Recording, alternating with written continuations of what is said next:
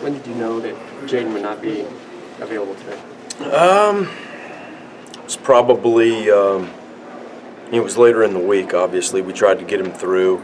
He missed some team segments like on Tuesday, some, and he was. It was like he practiced actually. Wednesday.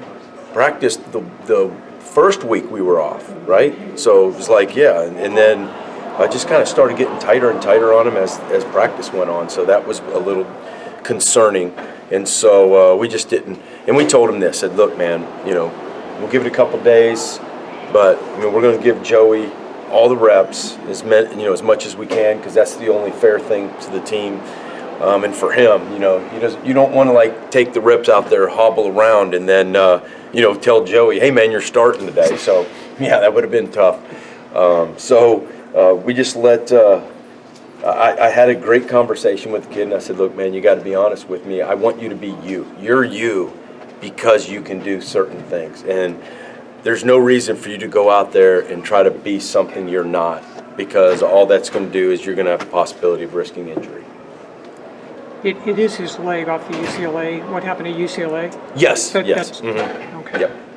So one of the things with the bye week just did not heal him up as he expected. Yeah, it was really, really weird, and he's gotten all the precautionaries and the MRIs and all that stuff, and it just seemed to, as the week got, and it's getting better since the beginning of this week. It's been progressively getting better, but somewhere from last Tuesday to between last Tuesday and this past Tuesday, it just started getting tighter on him. Mm-hmm. When you said you got to be honest with me, you were talking to Jaden. You were talking about Jaden, right? Yes, yes, because kids. He's a fierce. He may not act like it, but he's a fierce competitor, and he's all the way up to that point. I'm great. I'm good. I'm good. I'm good. I'm good. I'm good. I'm good. Right? And so no, I mean you got to be honest with me, and it was somewhere in the middle of the week he was like, and when he did that, that's when I kind of knew. Do you seem questionable for Oregon State or doubtful? You know what? It would surprise me if he didn't play. I'd be surprised. I'd be surprised because I think he's been progressively getting better. He's got today. He's got tomorrow. He's got Monday, and then we practice on Tuesday. So we'll know something more after practice on Tuesday for sure. You guys got out.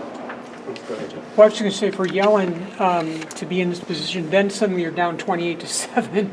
Can you just talk about how he handled the whole thing and kept you in it? All three of those guys, we hit home runs with those three quarterbacks now. I'm just telling you, they're so special. Joey, he's very similar to Jaden. He doesn't get too high, doesn't get too low. He throws a pick, he turns around, I got to look that safety off a little bit longer. Never panics, all of that stuff. So. And just so you guys know, because we have a freshman quarterback in Jaden, Joey doesn't get any reps in practice. Zero, none.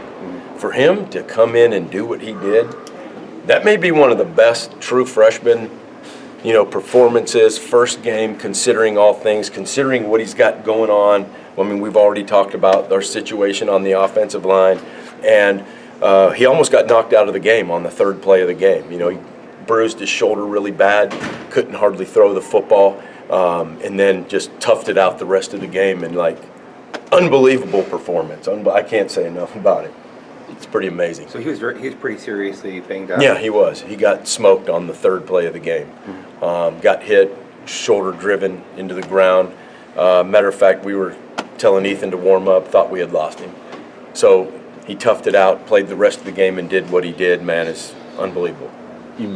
Was there a conversation in the week when you had to kind of tell Joey that he is starting, and how did that go? If you knew Joey, it lasted like about 4 seconds, as if I remember, his hair was all disheveled. He had just woke up that morning. We were in the quarterback room, and I said, hey, dude, there's a good chance you might be starting in the USC game. He's like, okay.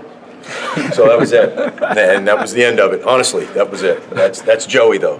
The kids love him. How much did you have to change what you guys do or alter the playbook because of that? Well, a lot. Because of you got to, what are his strengths? And then you got to pair that up to the protections, the formations, all of the RPOs, what we were doing. And then it was just I thought it was a great game plan. We operated everything really well. We had some mishaps. We had some guys get some foolish penalties, which, we got to find an answer to stop doing that. Eventually, the foolish penalties that becomes selfishness, all right? And so we've got to stop that. And it's coming from guys that are fierce competitors, but they just got to understand that doesn't, you have to do everything right. And we're just not there yet as a team. I heard Danny over here and talking about all of that, and that's where we're at as a team. It hurts, it's painful. It's like watching I have a 10-year-old son. It's like watching him, and he's going to bang into a wall, and you just got to kind of let it happen. And it's tough, man, right now to watch it all unfold. But the School of Hard Knocks is a tough teacher, and that's what we're getting taught right now. You got to do everything right. The struggles of the running game, did that really take you by surprise? No, not at all.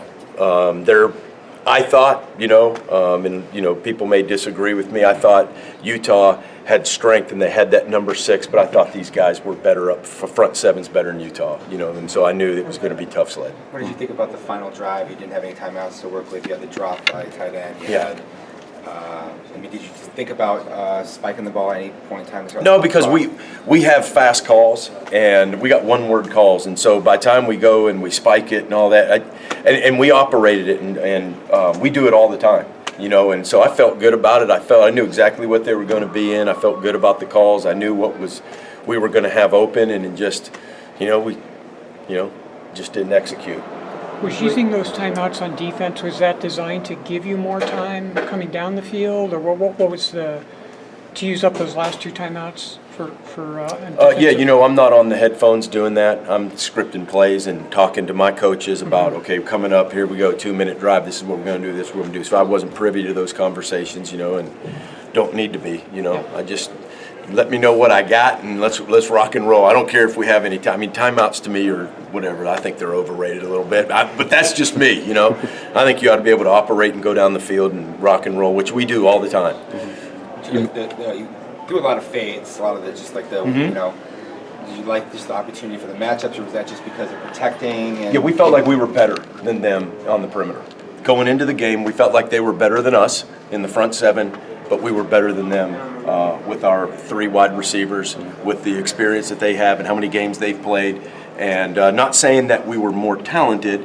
Those guys are very talented guys. They're young, though. They're inexperienced. You heard Danny talking about that. And so you have to take advantage of those matchups. I thought we did.